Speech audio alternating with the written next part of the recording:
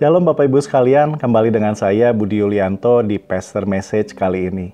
Kali ini kita mau belajar sama-sama dari kitab Filipi. Saya percaya apa yang dituliskan di Filipi tidak hanya untuk jemaat Filipi di masa itu, tetapi juga kita bisa belajar banyak untuk kita semua orang percaya di zaman yang sekarang.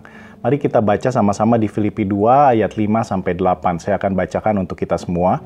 Hendaklah kamu dalam hidupmu bersama menaruh pikiran dan perasaan yang terdapat juga dalam Kristus Yesus, yang walaupun dalam rupa Allah tidak menganggap kesetaraan dengan Allah itu sebagai milik yang harus dipertahankan, melainkan telah mengosongkan dirinya sendiri dan mengambil rupa seorang hamba dan menjadi sama dengan manusia. Dan dalam keadaan sebagai manusia, ia telah merendahkan dirinya dan taat sampai mati, bahkan sampai mati di kayu salib. Nah, ini berita yang sangat penting yang harus kita hidupi sama-sama.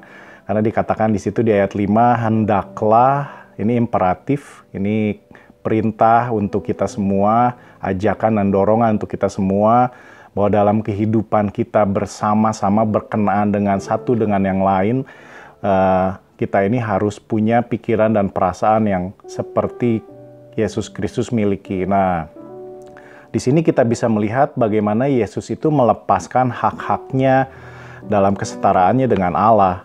Kita orang percaya pun harus juga belajar seperti Kristus untuk melepaskan hak-hak kita untuk kemuliaan Tuhan.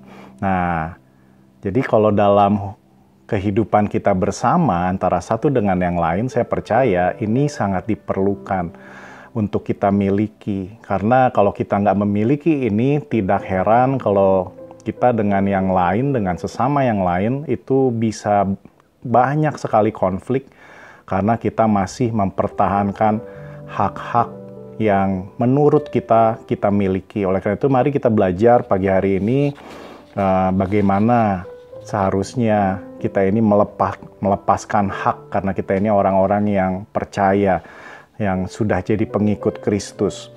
Dan ini adalah juga rahasia bagaimana seseorang itu bisa dipakai oleh Allah.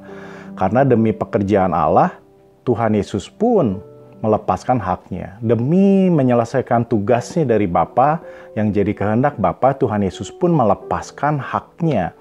Nah, hanya dengan cara demikianlah dia bisa menyelesaikan tugasnya dan memuliakan Bapanya.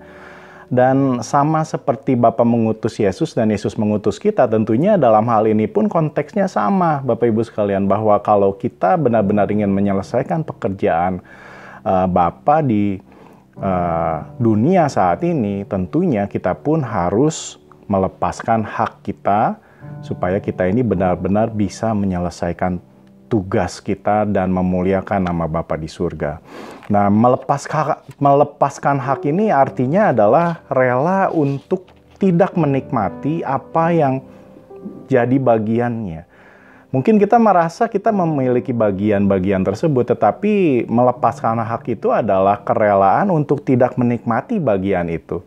Ataupun melepaskan hak ini bicara rela melepaskan apa yang jadi miliknya. Mungkin dunia merasa atau menilai itu milik kita, tetapi bicara melepaskan hak itu adalah rela untuk melepaskan apa yang jadi miliknya demi kepentingan Allah gitu. Nah, oleh karena itu hak apa aja sih yang harus dilepaskan? Ya, ini saya kasih beberapa contoh.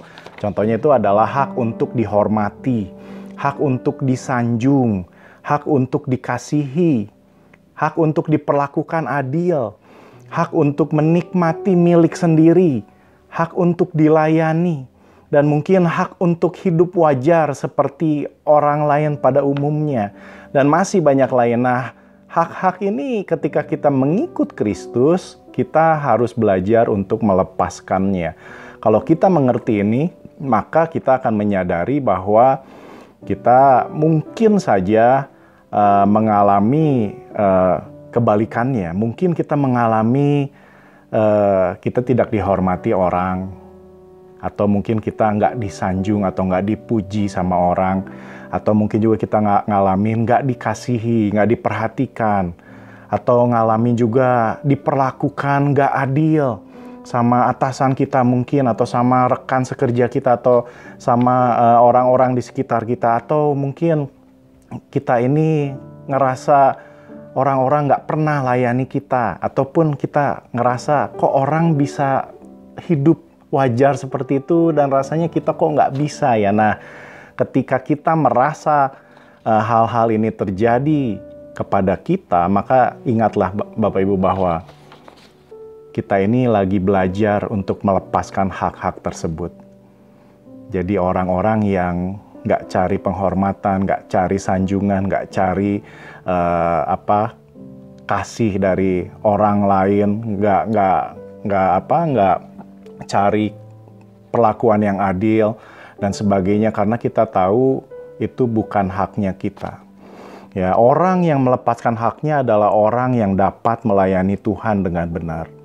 Perhatikan ini Bapak Ibu, orang yang melepaskan haknya adalah orang-orang yang dapat melayani Tuhan dengan benar. Jadi artinya kita bisa saja mengalami hal-hal tersebut. Diperlakukan nggak adil, nggak dikasihi, nggak dihormati, nggak disanjung, nggak dilayani, dan sebagainya. Kita bisa saja mengalami itu, tetapi ingatlah bahwa itu bukan hak kita. Karena kebenarannya adalah orang percaya, kita semua yang percaya kepada Kristus, harus sudah kehilangan haknya. Ini karena penebusan oleh Tuhan Yesus Kristus. Karena penebusan tersebutlah bukan hanya mengampuni dosa kita saja, tetapi juga artinya segenap hidup kita ini udah jadi miliknya Tuhan sepenuhnya. 1 Korintus 6 ayat 19-20 mengatakan seperti ini, atau tidak tahukah kamu bahwa tubuhmu adalah bait Roh Kudus yang diam di dalam kamu, oleh Roh Kudus yang kamu peroleh dari Allah, dan bahwa kamu bukan milik kamu sendiri. Bapak Ibu bukan milik Bapak Ibu sendiri. Saya bukan milik saya sendiri. Kamu bukan milik kamu sendiri. Sebab kamu telah dibeli dan harganya lunas dibayar. Karena itu muliakanlah Allah dengan tubuhmu. Jadi artinya orang yang telah ditebus itu sudah kehilangan hak hidupnya Bapak Ibu. Ya, kita udah dibeli, udah dibayar, udah jadi milik sang pembeli dan sang pembayar kita, yaitu Tuhan Yesus Kristus. Contohnya itu kalau seorang budak yang dibeli oleh tuannya, maka tuannya ini berhak penuh atas kehidupan kita. Kita yang udah dibeli oleh Tuhan Yesus Kristus, artinya Tuhan Yesus Kristuslah yang berhak penuh atas kehidupan kita ini. Oleh karena itu, dalam hal ini, satu hal yang perlu kita sama-sama pelajari adalah bagaimana kita meneladani kehidupannya Yesus Kristus. Yesus Kristus dalam perikop di Yohanes 13, kita sama-sama tahu bagaimana Yesus kasih satu contoh dan teladan membasuh kaki murid-muridnya.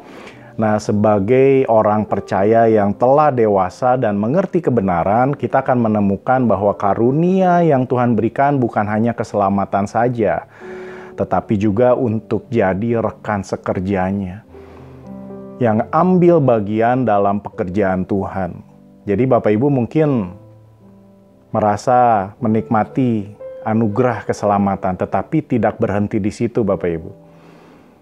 Masih ada juga kerinduan dari Bapa di surga, yaitu jadi rekan sekerjanya. Dan untuk jadi rekan sekerjanya ini, kita perlu melepaskan hak kita ini. Kita nggak bisa ambil bagian dalam pekerjaan Tuhan dengan benar jika kita nggak benar-benar melepaskan hak kita ini. Kalau kita masih merasa memiliki, kalau kita masih merasa kita harus diperlakukan secara khusus oleh orang-orang sekitar kita, artinya kita masih belum melepaskan hak kita, dan kondisi seperti itu sulit untuk ambil bagian dalam pekerjaan Tuhan yang benar.